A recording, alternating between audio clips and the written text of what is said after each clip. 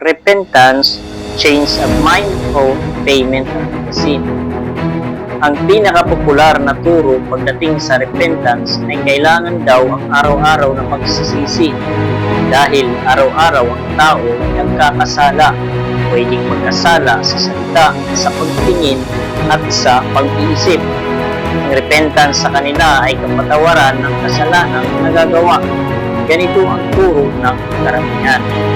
Ang kapatawaran ng kasalanan ay hindi repentance, kundi tugon ng Kristo o sa krus ng Kalbaryo. Hindi tayo pinatawad dahil sa pag-iiyak, pagulgol at pagsisisi, kundi dahil sa tinapos na gawa ni Kristo sa krus. Ephesians chapter 1 verse 7. In Him we have redemption through His blood, the forgiveness of sins in accordance with the riches of God's grace. Revelation chapter 1 verse 5. And from Jesus Christ, who is the faithful witness, the firstborn from the dead, and the ruler of the kings of the earth, to Him who loves us and has freed us from our sins by His blood. Ngayon, ano ba ang ibig sabihin ng repentance? Ang repentance ay pagbabago ng isip after mong ma-receive ang goodness and grace ng Diyos. Matapos mong malaman na napakabuti sa iyo ng Diyos at ito ang nag-lead sa atin para pagsisihan ating mga kasalanan.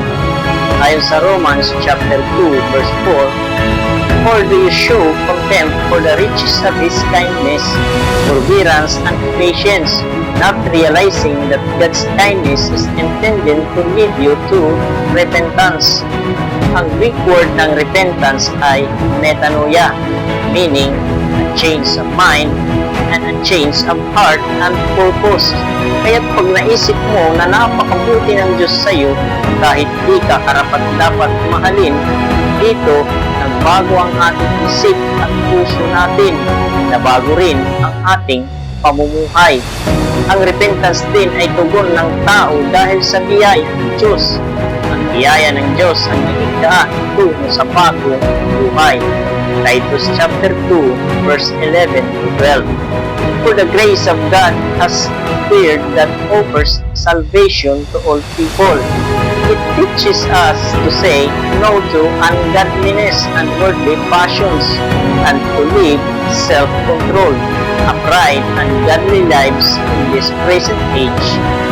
Kaya ang repentance ay pagbabago ng isip tungkol sa kasalanan at tamang pananaw sa kabutihan ng Diyos, pagbabago ng puso at saloobin, pagtanggi sa kasalanan at paglapit sa Diyos, isang pagbabagong nagbubunga ng nabagong buhay.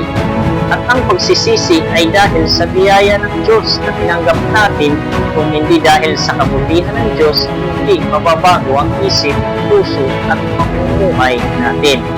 God bless you po sa inyong lahat.